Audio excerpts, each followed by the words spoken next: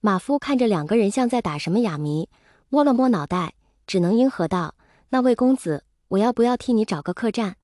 魏婴不好意思地回头笑道，从兜里掏出1两银子递了过去：“陈大哥，麻烦你明天早上来这酒楼找我吧。”真的不好意思了，我碰着熟人了，要和朋友聚一聚。周云抿嘴也不戳破他的谎言，在他看来，魏婴几乎把所有的心事都写在了脸上，太嫩了。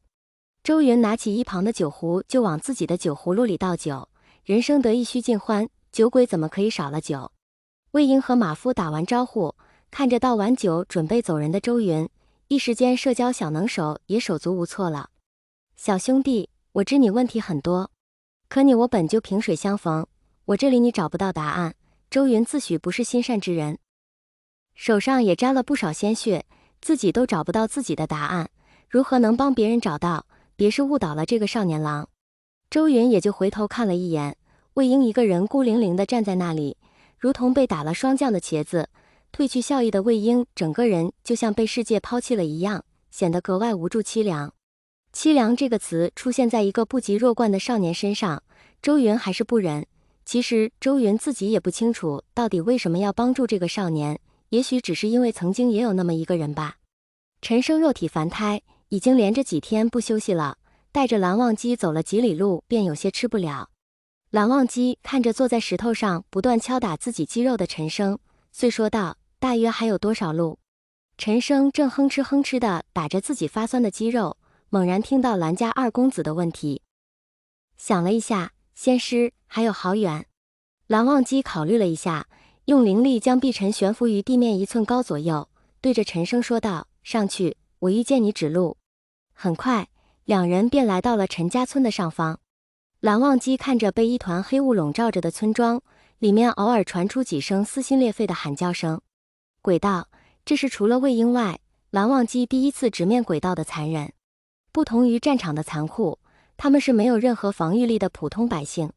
陈生红着眼，哑着嗓子说道：“蓝仙师，很多人都被灌了黑气，他们甚至不放过小娃娃，我不知道他们还能不能救，但是还是希望你能出手救救他们，只要能活着，如果真的不行，能不能让他们少遭点罪？”蓝忘机听着陈生的话，又看向那如同炼尸场一般的村庄，轻声嗯了一声。蓝忘机操控着碧尘绕着村庄飞了一圈，随后找了一个偏僻稍微安全的地方，把陈生放了下来。陈生看着蓝忘机一步一步走向那个炼狱一般的存在，心下一狠，转头朝着兰陵金氏的驻点方向跑去。蓝二公子，我能为你做的就是让金家来帮你，则无君与敛方尊交好，金家不可能让你在兰陵出事。画面一转，蓝忘机一进入村庄，就有村民扑了上来。不等蓝忘机出手，藏在蓝忘机胸口的小麻雀叽叽喳喳地飞了出来，肉眼可见地膨胀了起来，直接放大了10几倍。驻手空中只留下一抹随风飘扬的抹额，蓝忘机根本来不及救下那些村民，因为小麻雀把扑向蓝忘机的村民都给吞进了肚子。揪小麻雀低头蹭了蹭蓝忘机的肩膀，抬起小脑袋表示自己能保护他。蓝忘机一时间根本不知道该作何表示，因为他打算先控制住村民，然后看一下有没有救治的方法，也许魏婴有法子，可现在人直接被吞下去了。蓝忘机难得露出复杂的表情，拍了拍小麻雀的身子，后面不许出手，不许吞人。麻雀似是被打击到了，踩着爪子在村里乱逛了起来，就像一只散养的土鸡。这个突如其来土鸡的联想让蓝忘机哭笑不得，沉重的心情也随之驱散了不少。蓝忘机推门进一个农舍，只见一个小娃娃在灶坑那里瑟瑟发抖。蓝忘机弯下身子轻轻拍了拍小孩子的身子，一张漆黑的脸转了过来，径直朝着蓝忘机袭来。蓝忘机指尖一出灵力，形成一条灵力锁链，将小孩子束缚住。蓝忘机看着那个小孩子龇着牙咬人的模样，眉头紧紧皱起。蓝忘机伸手握住小孩子的手腕，遂用食指按住他的脉门，还有微弱的脉搏跳动。如果眼前这个小孩子尚有一线生机，那其他人是不是也能救一救？蓝忘机犹豫了一下，试探性的点了小孩子的睡穴，果然没什么用。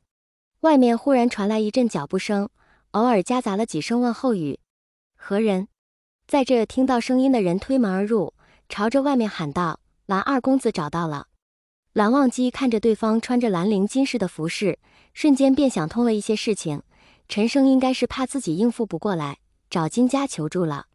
蓝二公子，小人辖区看管不力，多谢蓝二公子出手相助。金丽是驻地的管事，收到陈生的求助，便深感事情将要不可控，赶忙带着一群人来了陈家村。无碍，蓝忘机冷声回答道。不等多说些什么，忽听得一金家修士高声呼喊小心。